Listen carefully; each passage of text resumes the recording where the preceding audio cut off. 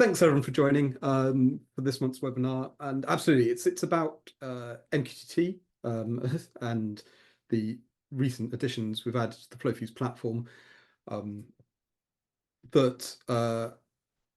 Yeah, we really want to talk about a bit of what have we done in the FlowFuse platform, but more interestingly, I think, why have we done it? What's the purpose of incorporating MQTT into the FlowFuse platform? What sort of role does that play in digital transformation, and all those sorts of topics. Now, there's going to be a bunch of talking. I hope it's interesting. There is a demo, as I shared with my colleagues about half an hour ago. A bit of my demo involves some hardware, and the hardware blew up half an hour ago. So a bit of the demo is going to be necessarily improvised somewhat rather than entirely pre-prepared, but it's going to be fun, and I hope you come along on the journey with me. Please do ask questions as we go. I'm keen for this to be an interactive one. We will of course leave time at the end for questions.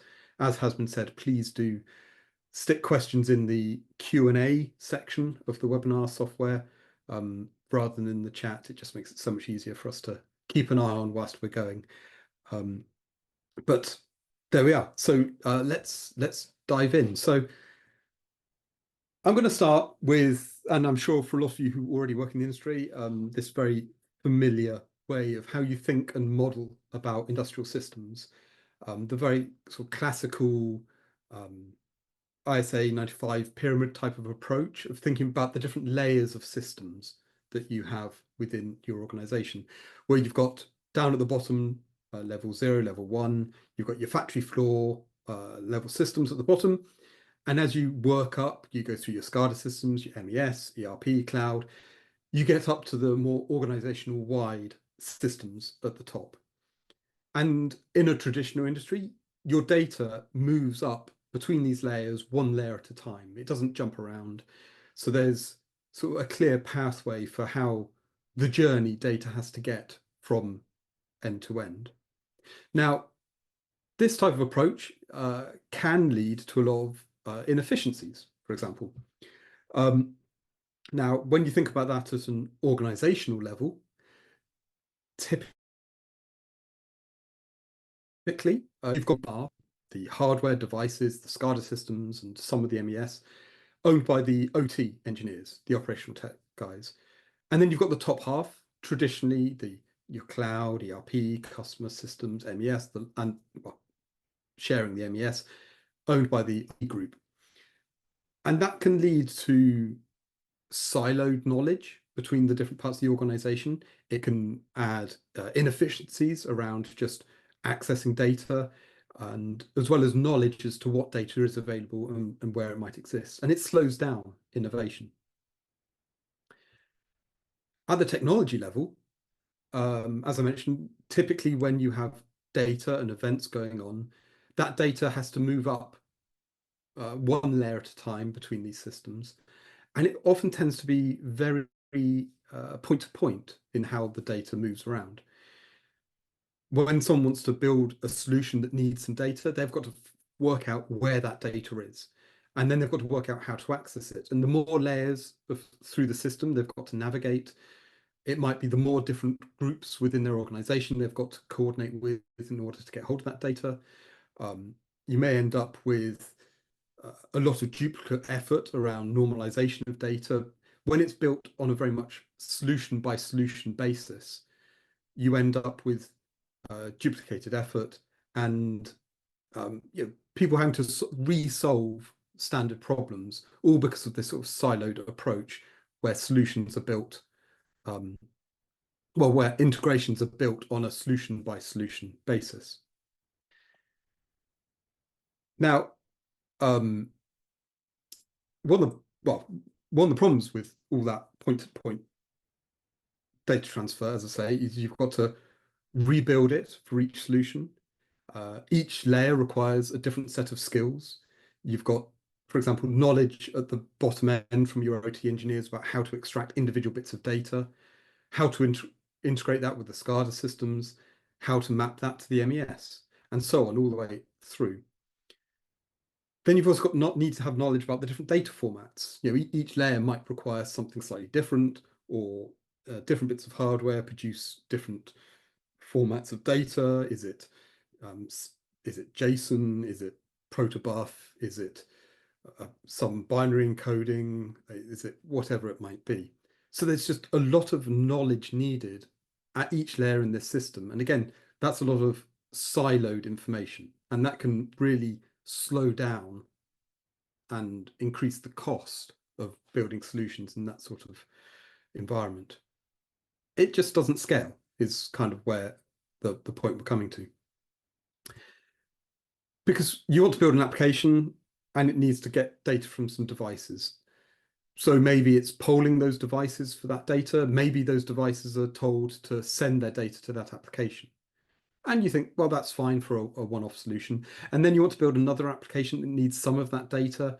So now you've got something else polling for that data, or maybe you have to update those producers to send their data to another destination. And maybe it needs to be in a different format. Again, this simply just doesn't scale as you want to build up more applications within your organization. So this is where we come to this idea of the move towards the Industry 4.0 thinking of, rather than doing a solution-driven integration, think more in terms of a technology-driven integration. And this is what we think about in terms of digital transformation. And it helps to converge a lot of the OT and IT responsibilities. And it's this idea of having more of a common data platform. So in this instance, rather than building lots of point-to-point solutions, we can achieve a far more distributed approach that can be taken, where all of these systems are sharing data and events on a common infrastructure. And that common infrastructure can be accessed from anywhere within the organization, and it centralizes knowledge of the whole data landscape. And the crucial part at a technology level is it helps decouple the producers of the data and the consumers of the data. You're no longer having to build lots of point-to-point solutions. You've got this data lake, this data pool, whatever terminology you like to use, where all of your organizational information exists. And it makes it much quicker and easier to then start building applications, because the information your organization holds is far more discoverable. You can explore that data landscape and understand what information you have, and it just speeds up and opens up opportunities to innovate with the sorts of solutions people are making. So, I'm sure plenty of you knew where we were building up to. And so having all your systems interact via common bus does, of course, mean you need some sort of structure or organization of how that's done. And this is where UNS, the Unified Namespace concept, has become increasingly popular over the last few years. So this is the idea that how you can structure your data and make it available across the organization in a format that has all those qualities I described. It's discoverable, it's predictable. If you know the sort of information you're looking for, it's structured in a way that you can quite quickly home in on it. And of course, coming back to the original theme of what we're talking about, it's super common that you build this sort of on top of this sort of solution on top of an MQTT infrastructure. I would never take for granted that everyone is familiar with MQTT, but it is so prevalent these days. It is the protocol for IoT. It provides all the pub/sub lightweight semantics you want to build this decoupled architecture, where you've got producers of information on one side, consumers of information on the other, and the broker is able to take care of getting messages to the right places that it needs to be.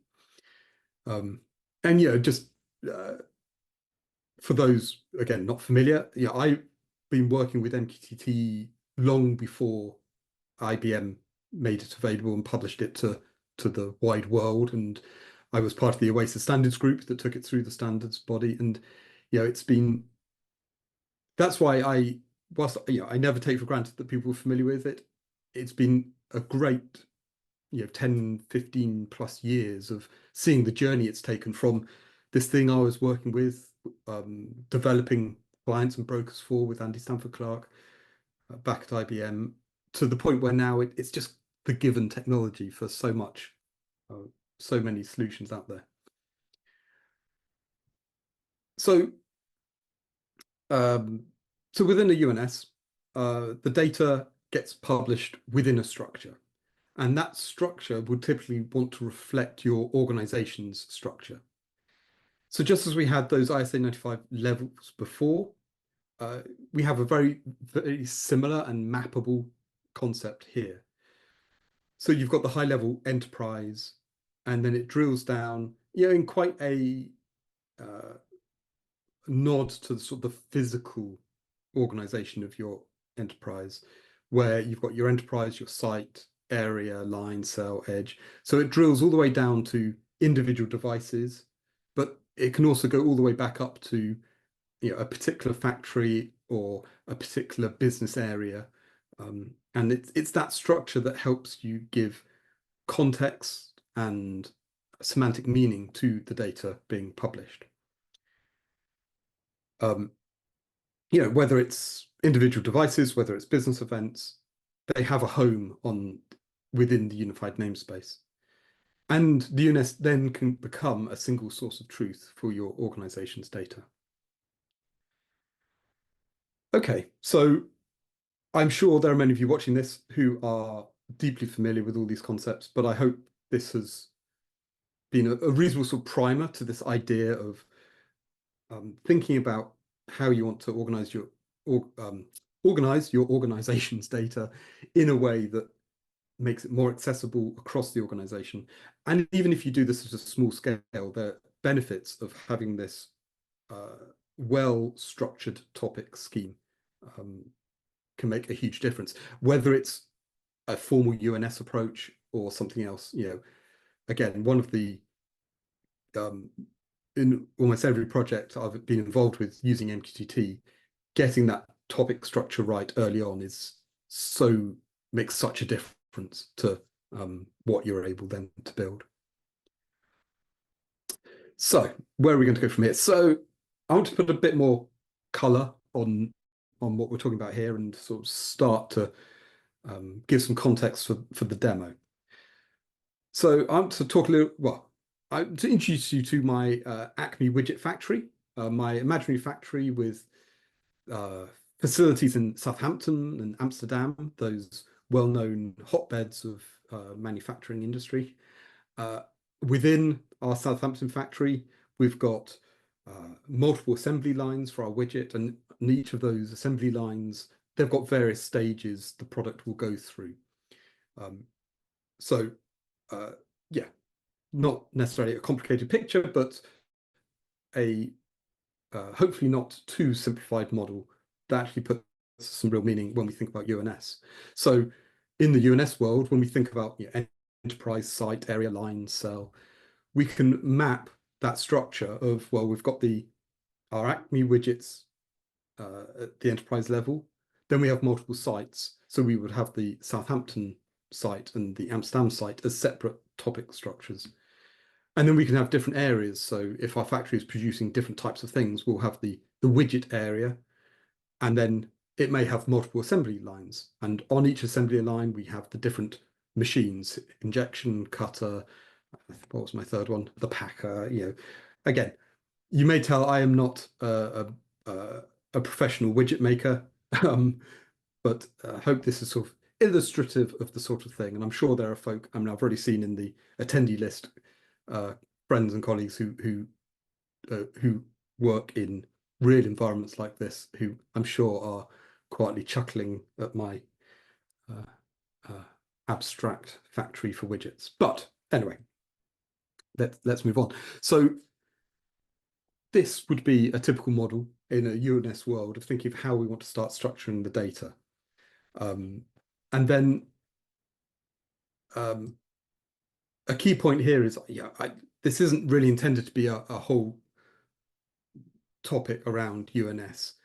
There's a lot of really good material about UNS out there in the world, particularly people like Walker Reynolds. I'm sure if you know UNS, you've seen Walker Reynolds material. We have a bunch of material on the FlowFuse blog as well on this topic, if you want to dig deeper. But again, I'm sort of belaboring the point a bit because this sort of gives some of the meaning as to why do we want an MQTT broker as part of a FlowFuse and Node-RED solution. And as we turn to that, so with that context, we want to think about what we're building at FlowFuse. And one of the key things we do, we are building this in the open. Our issue lists are on GitHub. People can talk to us freely via GitHub, as well as talking to our customers in one-to-one sessions. And we want to understand what customers want to be able to build. And we also believe strongly in iterative development. So that means, we're not about delivering a fully finished feature to the product. We think, right, we want to deliver something in this area. Let's deliver a first iteration, and let's iterate quickly and continue adding features. So when we think about how we build the product, we think about the product features of the platform.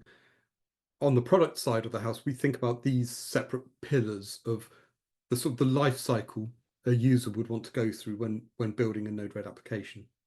So you've got the initial building of the solution, where we want to make it super easy for you to manage and run Node-RED, things like version control and all those sorts of qualities. We've got the management of it, so making it seamless to have it secure, and how you can centralize all the management of the system, and the deployment. So how can you scale it? How can you reliably push changes out across lots of devices? All those sorts of qualities. But the one in particular we wanted to focus in on a bit more is the full stack application story, recognizing that yes, FlowFuse is about how you can manage Node-RED at scale, but what are you actually doing with Node-RED? Well, you're building applications, and we want we want to be able to provide the tools that you can build applications that are useful and meaningful to your organization. So what does it mean to build a full stack application? And what can FlowFuse do to help you achieve that? So one of the things we've looked at is, again, a concept I'm sure many of you will have come across if you've been in the Node-RED world for long enough, is this idea of the mind stack, which we fully acknowledge is a slight twist on the precursor, which was the Ming stack, which was MQTT, Influx, Node-RED, and Grafana. Now, obviously, at FlowFuse, we're investing a lot of time and energy on the FlowFuse dashboard, the successor to Node-RED dashboard that gives you all those tools to build great visualizations and HMIs within Node-RED itself. So we think about we're thinking about, well, the mind stack. If this is a full stack for building an application, what can FlowFuse do to help make that overall experience as smooth as possible? So clearly we have MQTT and Influx over on the left. So we want to think about, okay, what makes sense for us to tackle? And in the spirit of iteration, it seemed, and in the spirit of talking to customers and where their thoughts were, it made most sense for us to focus initially on the MQTT side of things. So we've had an MQTT broker at the heart of the FlowFuse platform since day one, and it's been used exclusively for sort of internal operations of the FlowFuse platform. It's how instances report status to the core. It's how the device agents connect to the platform, and how you're able to remotely manage flows on the device. So we've always had the MQTT piece at the core of the platform. And naturally, over time, we've had those questions from customers about how could they start making use of that broker? Because there are plenty of MQTT broker services out in the world, self-hosted, cloud-hosted, but for some customers, they are looking for, they don't have, they haven't already made an investment in a broker technology, and they would kind of like a all-in-one package of, well, if I'm building apps in Node-RED and I want MQTT, then what can we do to help package that as a sort of a single combined user experience? And a key point here is,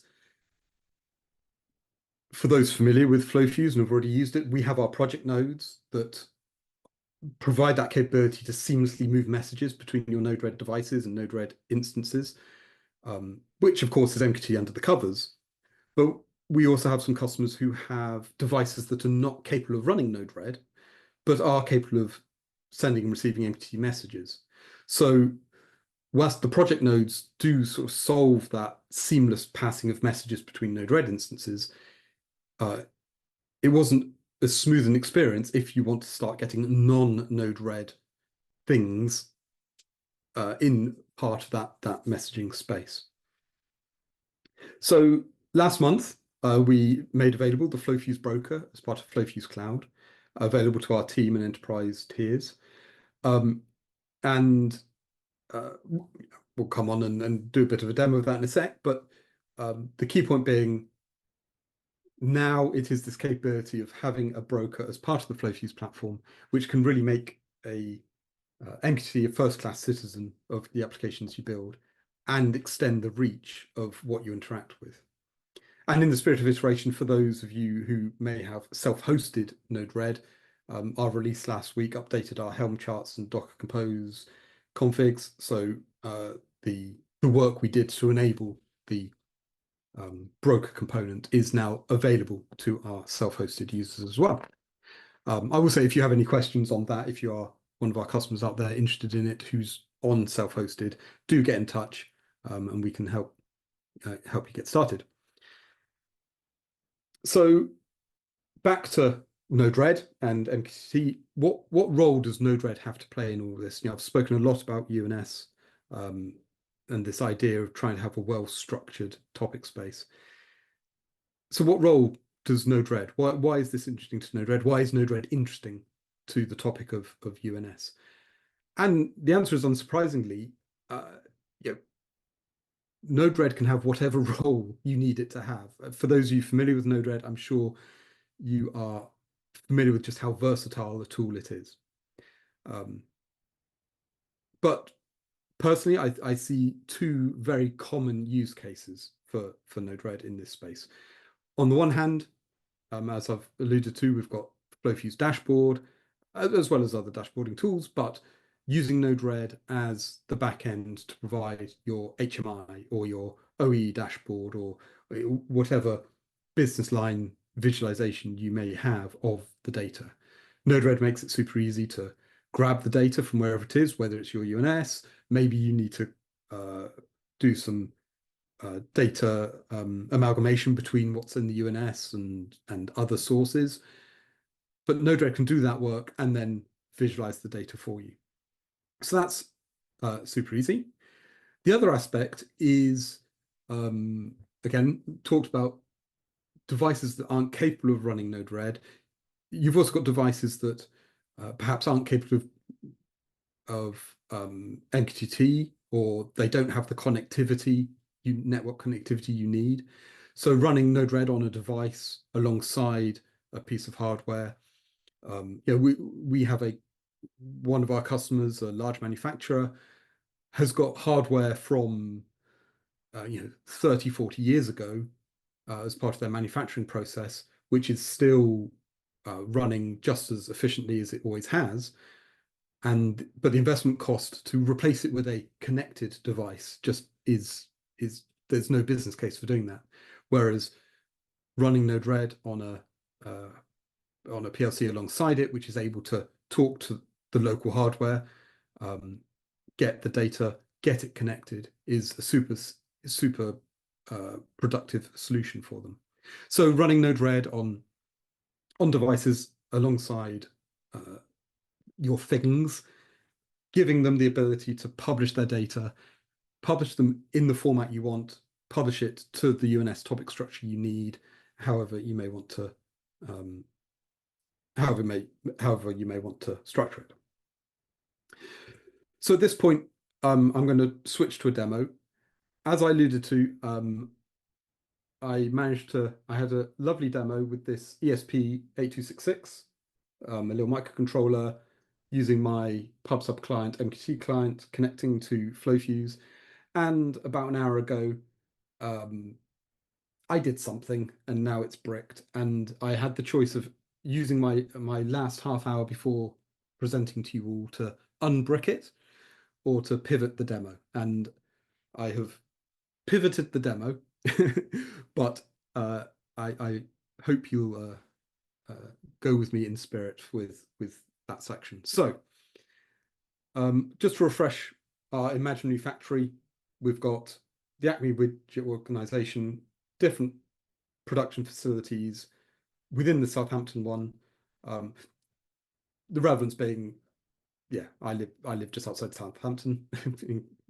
Why I picked a random UK city for that, but yeah, it's a facility. It's got multiple lines, and on one of our lines, we've got these multiple devices. So if you sort of keep that in mind, and there's my helpful slide to remind me to go to the demo. Let me show you what we've got. So if I come into the FlowFuse platform, and I'm hoping that's all coming through clearly to you. So I've created my Acme Factory application within my team. In that team right now, I've just got a single hosted Node-RED instance, my Acme Factory. Now, yeah, the secret I'll share with you is I don't really have a factory, but I've got a simulation of one. So if I open up the editor for this Acme Factory instance, this Node-RED instance is doing a few different pieces. It's subscribed to the broker using UNS topic structure that I showed previously, and it's creating an HMI of the activity on this particular line, assembly line 1. So if I come to my dashboard, and I left it on the wrong screen, let me switch back. So it's a crude visualization I've knocked up in half an hour earlier today. We've got the 3 different machines, the injection machine, the cutter machine, the packer machine. But you can see we've got the active state. Is the machine operating? How many cycles has it operated? And you can see I've got my imaginary production line. It's slowly producing our widgets. And you can see each machine goes active for a short period. It moves on to the next. So it's a super quick HMI, quick and easy to throw together because I just can subscribe to the data because I know what data I've got, and we'll come to how I can better do that with FlowFuse. And it just piping it to a dashboard. There's not a lot of exciting stuff there, but a key point I've talked about is knowing what data I've got. So this is one of the things we've added with our first iteration of the FlowFuse broker. So back in the FlowFuse UI, we have this new broker section. If I come into here, there are 2 sections, the topic hierarchy view and the client's view. So topic hierarchy, this lets me see what topics are being published to by the applications in my team. So again, there are plenty of tools that provide this sort of view, but from here you can see I've got a topic hierarchy of Acme Factory, Southampton widget, assembly 1, my 3 machines. And if I just expand them out, you can see my injection machine, it's publishing temperature, whether it's active, the cycle count. And it also has this config topic tree. Now, this is, again, a great feature of UNS. It's not just about sharing live data with your organization. You can also use it to store configurations of the platform and be able to control that. So here I've got the config for my injection machine, the cycle type, again, I'm not a manufacturer. I've picked some stuff that sounds plausible, and again, I'm sure there are some of you out there chuckling at my uh, very simplified model. But so you can see we've got config for these different devices as part of our UNS. And by having combined both the event data and your config data in the one place, that means, for example, in my HMI, here I've got a dashboard that shows me the configuration for all those different attributes of my devices. So I can come in and via this dashboard, customize them and tune them for the real world scenario. Now, my simulation doesn't extend that far, but again, it's this idea that with UNS, you can both store live data, you can store configuration data, and by having it in one place, that is super useful. Now, this topic hierarchy, again, iterate, iterate, iterate is our mantra. At the moment, this is the topic hierarchy. We have a pull request that is frankly waiting for me to review and merge if I wasn't doing this webinar, that will provide some more tools to make this even more useful. For example, giving you a one-click copy to copy the actual topic string up to the tree. And then we've got other features planned in the roadmap around. Right now, you can see what topics are being used, but being able to visualize and see some of the data flowing on them, that's something we're looking at how to do effectively. And again, iterate, iterate, iterate. We're looking for the feedback from the community and our users as to what are the tools that can help. Also, Josh has asked a question relevant here. Is there a topic hierarchy view or plans for one that show the project node topics in a similar fashion? So the project nodes and their relationship to the broker is a great question. We don't currently have an explicit plan on the project node topic hierarchy, but having solved some of the challenges for this one, that can certainly be something we factor in the future. One of the pieces we are working on, and we'll hopefully have an update in the next week, is enabling the project nodes to publish and subscribe to this topic hierarchy as well. So at the moment, the project nodes sort of live in their own topic tree. And then, so you've got your team project nodes and you have your team MQTT broker clients. For security reasons, they're in their own topic trees, but we have got the basic capability now, and we will be releasing it shortly. So the project nodes will be able to publish and subscribe to the team broker topic space as well.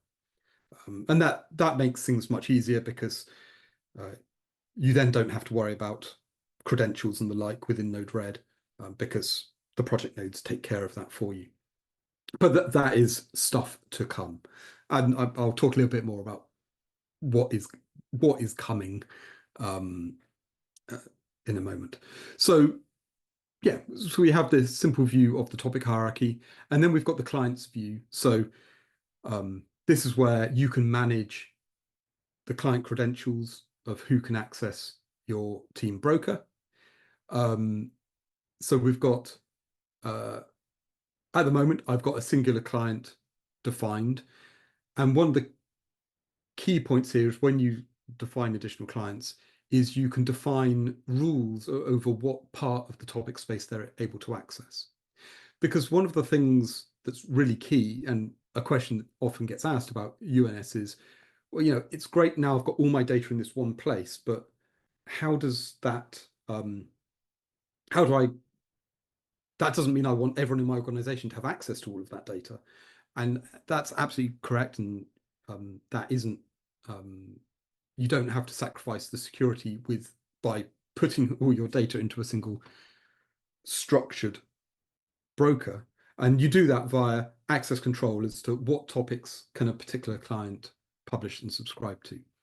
So I'm conscious of time and conscious of questions. I'm going to try now and do my slightly improvised part of the demo. So one of the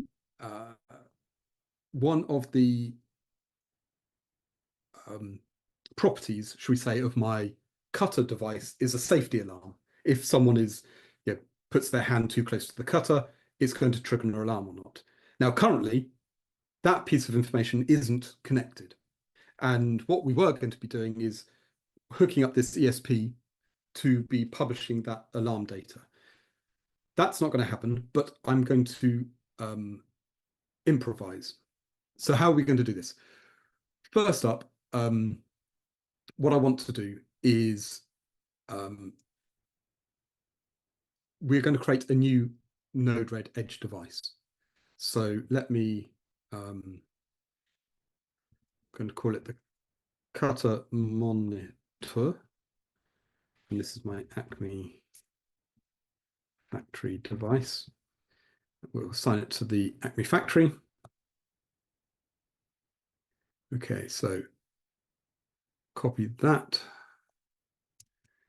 If I now bring up device agent, and because I'm having to improvise slightly, I do just need to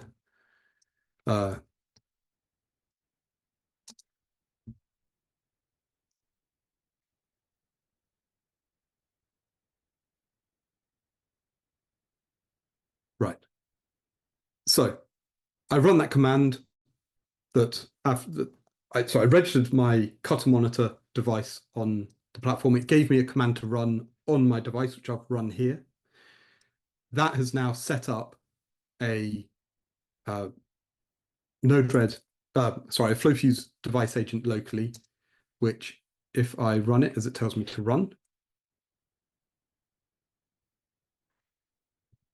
So this device is now a Node-RED instance running in my factory next to my cutter machine, let's say.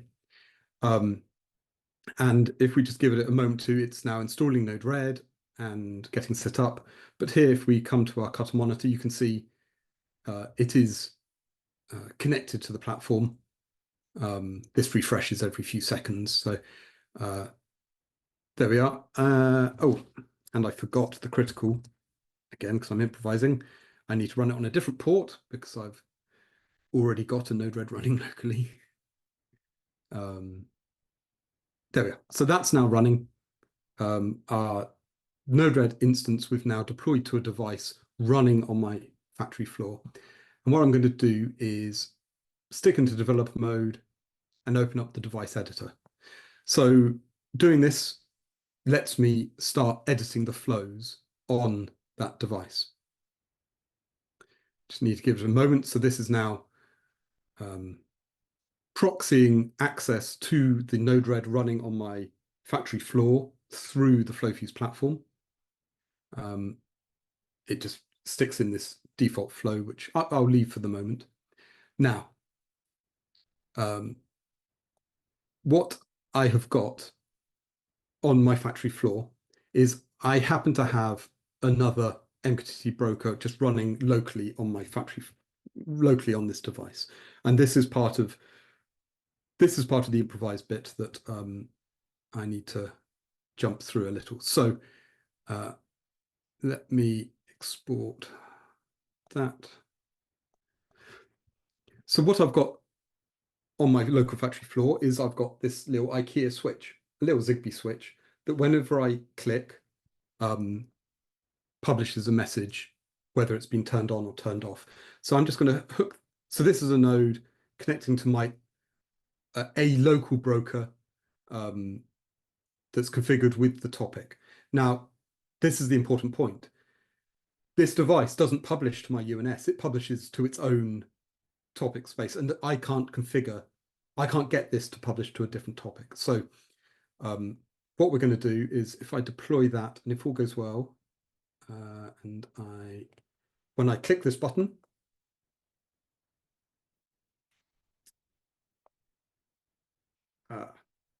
now you can see my lights are flashing on and off, which is not, oh, I know what I did wrong.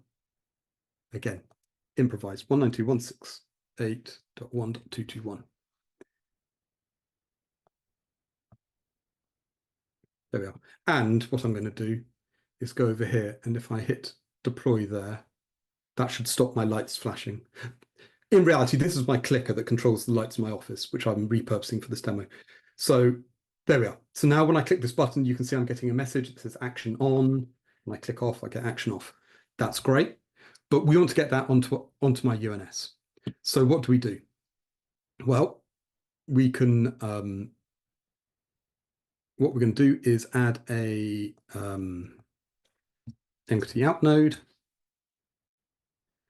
We're going to add a new broker configuration. And what broker configuration are we going to use? Well, if we go back to our platform, broker clients, I'm going to create a new client, and this is going to be my, what was it, the cutter alarm, we'll call it. Then I'm just going to stick in a password, and then I'm going to say this thing can only publish to, and this is where I need to get this right. This is where the feature coming, hopefully in a matter of hours, where I can one-click copy topics from the tree would make life so much easier. But we're going to say this guy can only publish to, I think cutter alarm is the right topic. Let me just double check. Let me just check my notes. Conscious of time, I'm pretty much on track. Cutter alarm, yeah. So we are creating an MQTT client set of credentials that can only publish to this cutter alarm topic. So if I grab that, I'm now going to configure broker.flowfuse.dev, client ID, security, username. So and again, we're thinking a lot about how we can make this an even easier experience of getting these configurations in. So that's that one. And then the topic we're going to be publishing to is this one. Okay, hit done. And then here I've got a little switch node that's looking at, is it an on or an off? If it's an on, let me just check which way around these are. If it's on, we're going to say message.payload is a 1. Otherwise, set message.payload to a value 0. And we republish that value to the UNS. So now you can see that's now connected to the UNS. And if I bring up the widget status and if I click this button, by clicking the button, you can see my alarm state on my HMI is now set alarm. And if I turn off the alarm, it goes okay again. The demo worked even with the broken hardware along the way. Key point being, a great example here, I've used a Node-RED on a device to be able to do that mapping of one MQTT topic that isn't part of my UNIS organizational structure. I can very quickly map it. Not only have I mapped the topic, but I've also mapped the data format. I've gone from this object with lots of other bits of information to the fact that for this instance, I only want a 1 or a 0 being published to my UNS. And I've been able to connect this client so that it can only publish to that topic, so it keeps it secure. That's in the interest of time, and I see there are a whole bunch of questions that I will scan through. That's the point of, well, that's the sort of the state of the demo. The as I say, the key point is, we are iterating quickly on a lot of these features, and we believe really strongly in getting these features out, letting people use them, getting their feedback, and improving them, and adding the tools to make it even better. So, like I said, tools to let you see the messages, tools to let you one-click copy the topic strings. Yeah, better interaction with the project nodes. These are all in the roadmap, and we're working hard at making this really a tip-top user experience. So with that, and conscious of time, I will say, thank you so much for joining. I hope that was useful. I hope you learned something along the way. The key point from mine is we would love your feedback. I hope you guys got some great questions for me. And yeah, well, thank you very much. That's the end of the prepared material, and I'm going to glance over to see what questions you guys have. So I can see Ola. Hopefully the broker will be available for on-prem installation soon. How will be licensed? So the current model is we license how many MQTT clients you need to connect to the broker. So on FlowFuse Cloud, essentially it's how many of these clients do you get? In our team plan on FlowFuse Cloud, you can get 5 MQTT clients included. Enterprise, you can get 20. And we are, again, spirit of iteration, for FlowFuse Cloud, we are working on then how we then enable you to purchase more if your needs go beyond that. But on a licensing point for self-hosted, it'll be licensed based on how many MQTT clients you need. So that's that front. Trent asks, where does the broker reside? Only in FlowFuse service or in instances? What about the edge devices? So the integrated broker runs as part of the FlowFuse platform, sort of alongside the management app of FlowFuse. This doesn't extend to managing small brokers at the edge devices. This is about having a central broker.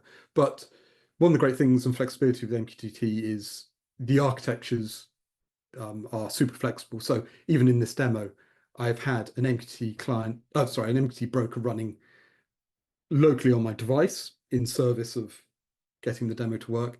But yeah, that can just easily bridge messages up to the FlowFuse managed broker.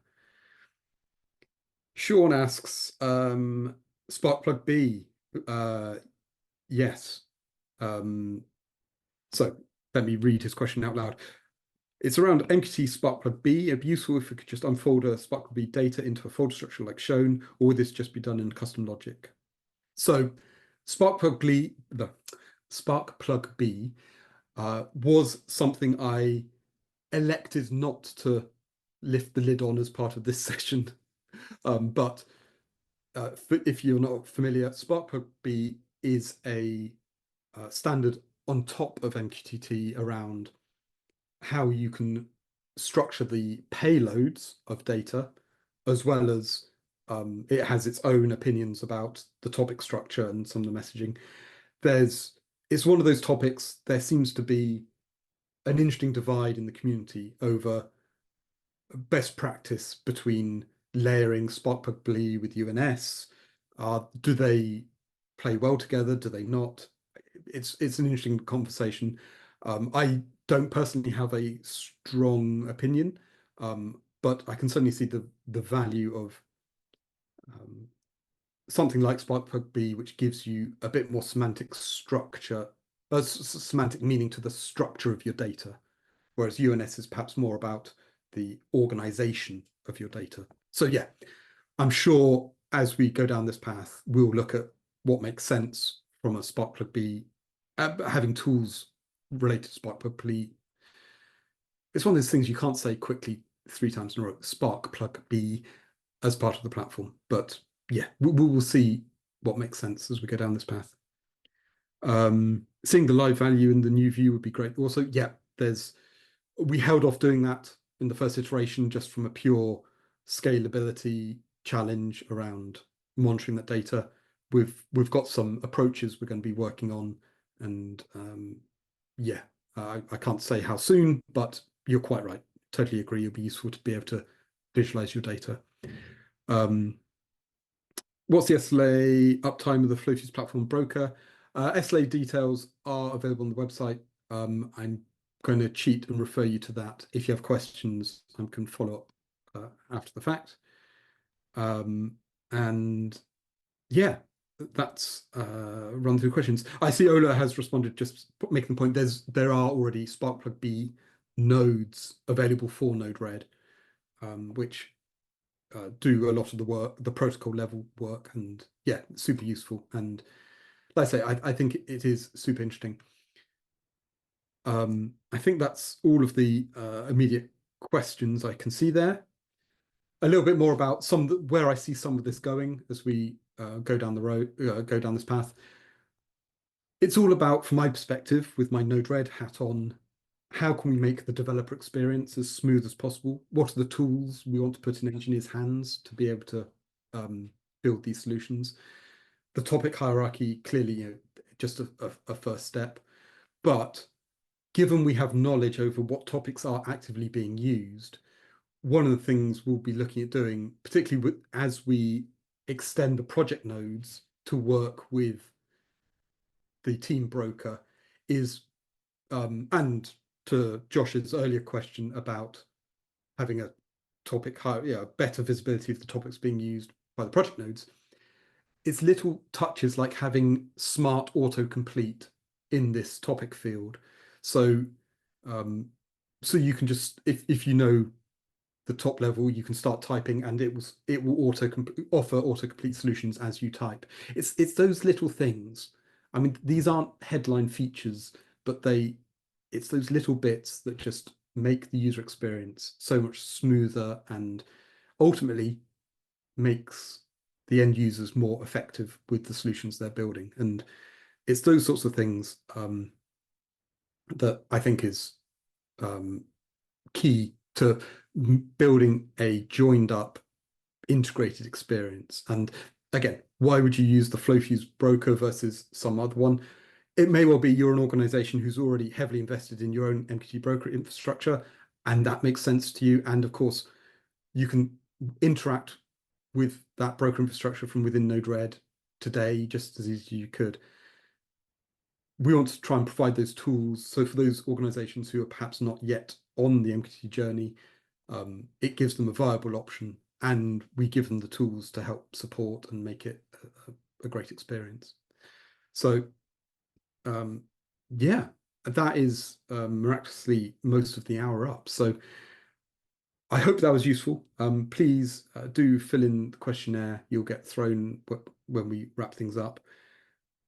I will say, if you have any other comments, if you have any other feedback from anything you've seen, please do get in touch. I'm sure many of you know how to reach me, but nick@flowfuse.com. Please do get in touch. We would love your feedback. I mean, I've said it many times, we are iterating on this, but we iterate based on the feedback we get. So, let us know what sort of things you would like to see in this area, and that will genuinely help shape what we do. So with that, with a few minutes left to go, I will wrap up. Thank you all for joining. If you haven't played with FlowFuse before, again, I'm obliged to point out it's free to sign up on FlowFuse Cloud, 2-week free trial. You can try out the broker as part of that trial, see if it makes sense to you, or book a demo, get in touch, self-hosted. All the options are there on flowfuse.com. And thank you very much.